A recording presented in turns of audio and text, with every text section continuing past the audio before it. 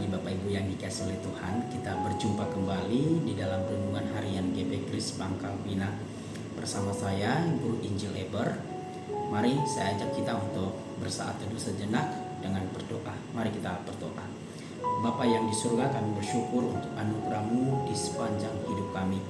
Dan di pagi hari ini kami rindu Tuhan berbicara kepada kami lewat firman Tuhan yang sebentar kami baca. Sebentar kami renungkan. Tuhan tolong agar kami bisa memahami firman Tuhan ini dan kami lakukan dalam hidup kami hari lepas hari.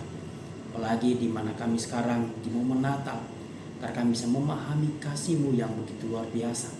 Engkau datang menyelamatkan hidup kami yang penuh dengan dosa ini. Kami bersyukur kepadamu dan kami sudah siap mendengar firman Tuhan. Dalam nama Tuhan Yesus kami berdoa dan mengucap syukur. Amin. Firman Tuhan hari ini terambil dari Matius pasalnya yang kedua, ayatnya 13 sampai ayatnya ke-18, bunyinya demikian.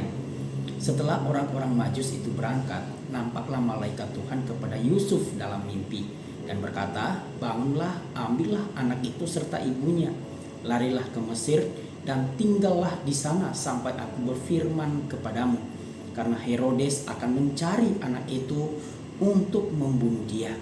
Maka Yusuf pun bangunlah, diambilnya anak itu serta ibunya malam itu juga, lalu menyingkir ke Mesir dan tinggal di sana hingga Herodes mati. Hal itu terjadi supaya genaplah yang difirmankan Tuhan oleh Nabi, "Dari Mesir kupanggil anakku." Ketika Herodes tahu bahwa ia telah diperdaya oleh orang-orang Majus itu, ia sangat marah. Lalu ia menyuruh membunuh semua anak di Betlehem dan sekitarnya, yaitu anak-anak yang berumur 2 tahun ke bawah, sesuai dengan waktu yang dapat diketahuinya dari orang-orang Majus itu. Dengan demikian genaplah firman yang disampaikan oleh Nabi Yeremia. Terdengarlah suara di Rama, tangis dan ratap yang amat sedih. Rahel menangisi anak-anaknya dan ia tidak mau dihibur, sebab mereka tidak ada lagi. Saudara yang dikasihi oleh Tuhan, tema kita hari ini adalah penggenapan nubuat. Matius dengan teliti menyusunnya dan melihat bahwa di dalam setiap peristiwa itu ada penggenapan terhadap nubuatan atau perkataan di dalam perjanjian lama. Mari kita perhatikan, setelah orang-orang Majus itu mengunjungi bayi Yesus dan mereka pulang dengan jalan yang lain, mereka tidak taat kepada Herodes yang meminta mereka datang kembali kepadanya setelah mereka bertemu dengan bayi Yesus. Kemudian nampaklah malaikat Tuhan kepada Yusuf untuk melarikan diri, untuk menyelamatkan bayi Yesus itu dari pembunuhan massal yang dilakukan oleh Herodes. Herodes yang gila ini ingin membunuh semua bayi 2 tahun ke bawah di Betlehem. Pembunuhan yang dilakukan oleh Herodes sangat kejam demi menghancurkan saingan politik yang masih bayi. Yusuf kemudian melarikan diri setelah malaikat memberitahukan dia tentang bahaya yang mengancam keluarganya. Maka di dalam bagian ini Matius melihat bahwa larinya Yesus ke Mesir dan kembalinya dia dari Mesir menggenapi nubuat dari kitab Hosea, yaitu pasal 11 ayat yang pertama sampai ayat yang kedua. Saudara, kitab Hosea adalah kitab yang memberikan alasan mengapa bangsa Israel mengalami pembuangan di Babilonia. Allah memanggil dan menyelamatkan mereka dari perbudakan Mesir. Tetapi ternyata mereka tidak mau mendengar suara Tuhan. Dan karena itu Tuhan membuang mereka ke pembuangan, yaitu di Babilonia. Pertanyaannya adalah mengapa nubuat tentang pembuangan dikaitkan dengan Tuhan Yesus dan peristiwa kelahirannya?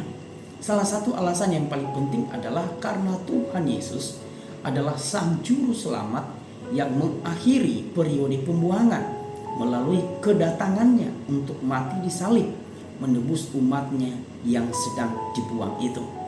Saudara yang dikasihi oleh Tuhan, Matius tidak ingin pembacanya melihat Kristus sebagai tokoh yang mirip dengan Musa yang cukup terkenal pada masanya, yaitu sama-sama dipanggil dari Mesir. Matius ingin semua melihat bahwa Kristus bukan sebagai pemimpin umat yang megah, yang perkasa, yang besar, tetapi sebagai pemimpin yang datang dalam segala kesederhanaan, dengan misi penebusan umatnya yang sedang dalam kelemahan. Coba kita perhatikan ayat 16 sampai 18, ada tangisan seluruh penduduk Bethlehem yang sebenarnya dapat diparalelkan dengan tangisan orang-orang Israel di Mesir ketika Raja Mesir memerintahkan untuk membunuh bayi-bayi laki-laki khususnya, namun hanya Musa yang diluputkan dari kematian itu. Tetapi meskipun demikian, Matius tetap memberikan tekanan bahwa Tuhan Yesus adalah penggenapan nubuat yang sesungguhnya tentang pembuangan Israel. Itulah sebabnya dia mengutip dari kitab Yeremia yang berkata, "Terdengarlah suara dirama, tangis dan ratap yang amat sedih. Rahel menangisi anak-anaknya dan ia tidak mau dihibur sebab mereka tidak ada lagi."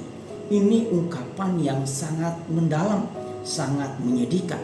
Rahel yang mati dikubur di Bethlehem malah menangisi orang-orang Yehuda yang dibuang. Dia yang seharusnya ditangisi oleh anak-anaknya, malah sekarang dia yang menangisi anak-anaknya dari dalam kuburannya di Bethlehem. Maksud Yeremia adalah keadaan Israel dan Yehuda begitu kasihan sehingga mereka lebih sengsara daripada orang mati. Orang mati seolah-olah lebih baik nasibnya daripada mereka. Orang mati seolah-olah hidupnya lebih baik daripada ditangkap kemudian dibuang kepada bangsa yang lain. Matius mengutip bagian ini untuk mengingatkan kepada Israel bahwa mereka masih berada dalam keadaan yang sangat-sangat kasihan. Ada pembunuhan, ada kekejaman, ada ketidakadilan, penolakan terhadap Tuhan. Semua masih terjadi di tengah-tengah mereka. Karena itu bagian ini mengingatkan kita bahwa di tengah-tengah ketidakjelasan nasib manusia, hanyalah berserah kepada Tuhan satu-satunya solusi. Dialah yang akan mengutus sang pembebas itu untuk memulihkan kembali keadaan Israel yang telah rusak dan seolah-olah tanpa harapan. Saudara yang dikasihi oleh Tuhan, harusnya pada waktu itu Natal dirayakan dengan gembira, dengan sukacita oleh orang-orang Yahudi atau orang Israel karena kelahiran Juru Selamat.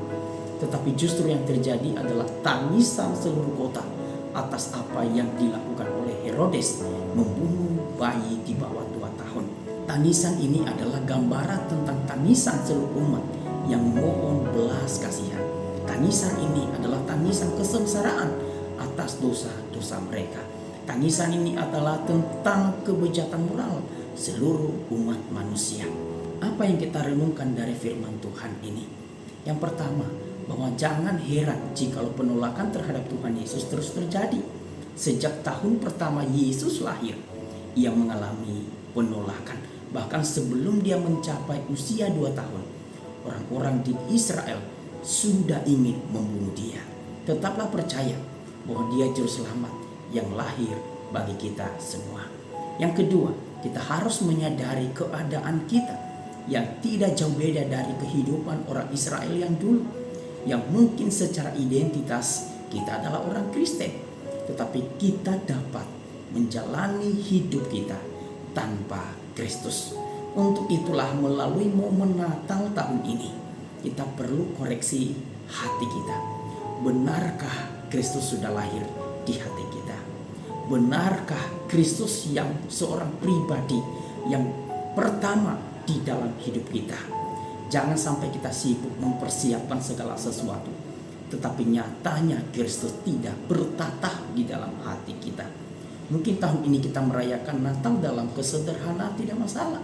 Jangan berkecil hati, sebab dari kesederhanaan itulah Kristus hadir. Kristus mengungkapkan kasih-Nya kepada kita. Sebab Kristus lahir juga di dalam kesederhanaan. Kiranya firman Tuhan ini menolong dan memberkati kita semua. Tuhan Yesus memberkati.